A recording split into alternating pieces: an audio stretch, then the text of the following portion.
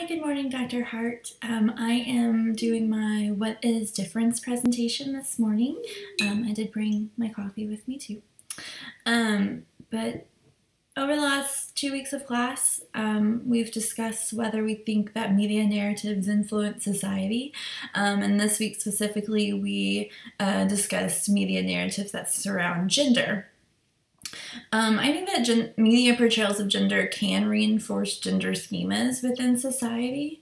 And today I'm going to talk about what gender is, where difference comes from, and then discuss some media narratives that can create difference between gender.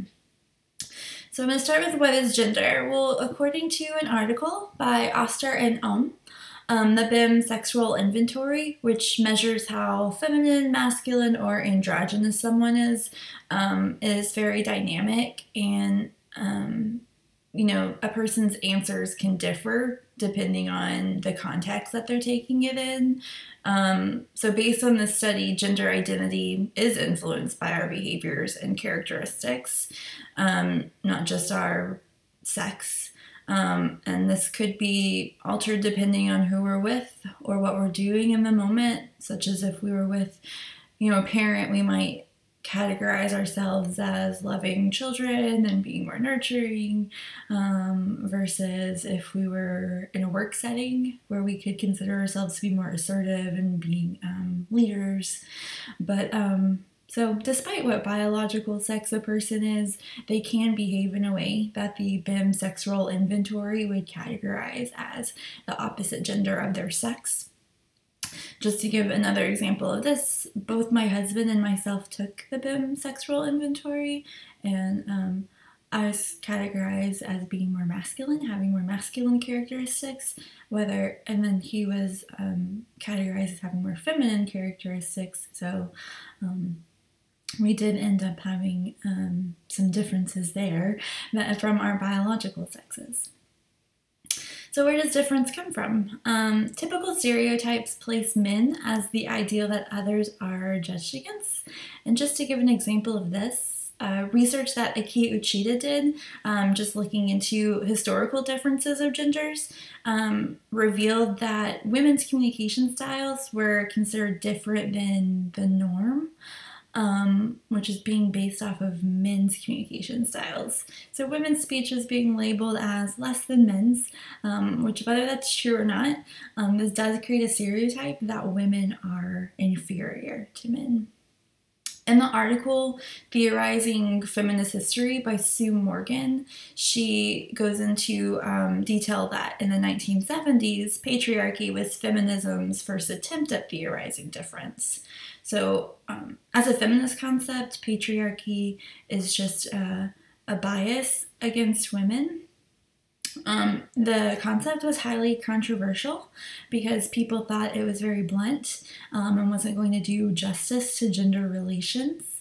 But then in the 1980s, Judith Bennett was able to further contextualize patriarchal studies, which did offset some of the criticism because she presented women not only as victims of patriarchy, but also as colluders and survivors. Then hegemonic masculinity, which James Lowell defines as the power that one social group holds over another, was also a concept developed in the 1970s. It was also controversial. Many were just thinking that society was trying to say that men were too macho. People saw both of these concepts, hegemonic masculinity and patriarchal theories, as only encompassing the white person's point of view. They didn't think that they told the story of people of color. This despite feminist history being primarily international from the beginning. Critics of these concepts feel that race bias can occur when power is being conceptualized solely as a gender issue and doesn't include cultural differences. Gay liberation and the concept of homophobia also came about in the 1970s. Theorists saw gay liberation as an assault on gender stereotypes and an idea of a hierarchy within masculinity grew out of prejudice from straight men against gay men. Despite the creation of different concepts of gender, I do want to state that while femininity and masculinity are considered separate entities, according to research, feminism is not limited to any one gender. The main intention is to just overcome general discrimination and injustice in the world. But with these separate concepts of gender identities, we can see a hierarchy created not only within each gender, so within masculinity, within femininity, but this also encompasses race as well, and then between the gender identities. So this social power hierarchy does seem to place straight white men at the top of it.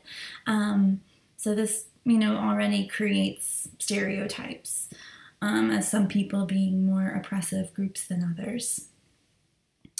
So just to go into some media narratives that do create difference, according to some research by Rebecca Collins, women are underrepresented in media. In the 1970s, the male-to-female ratio portrayed on television was 2.5 to 1. Now, this was, I guess, representative of the times because that's how many men to women were working at the time. So there were 2.5 men to every 1 woman who were working. Still, this doesn't represent, women's roles at the time, which was different. They were staying home maybe, but they just weren't working. I think that they could have still been represented equally.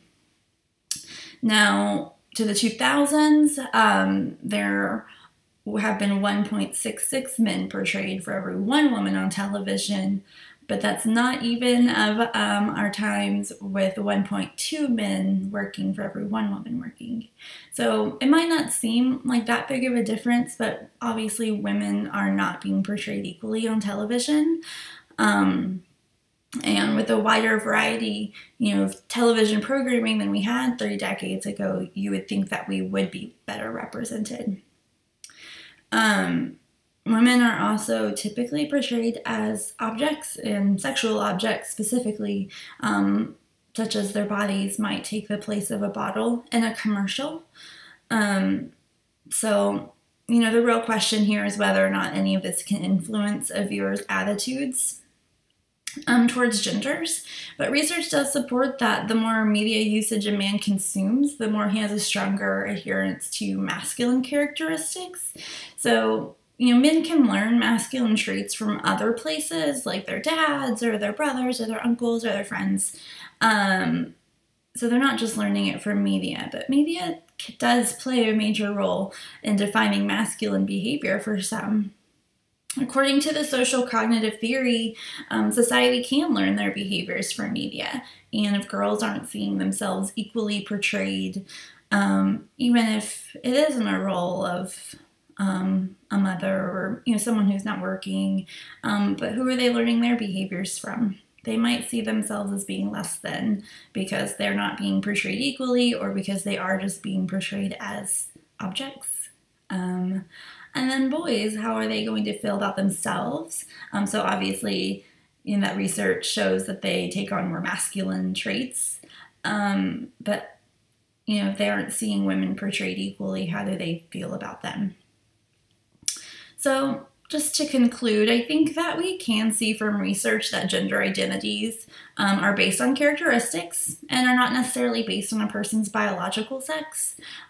We've also looked at the varying concepts surrounding gender, and we've identified ways in which men and women are portrayed differently in media.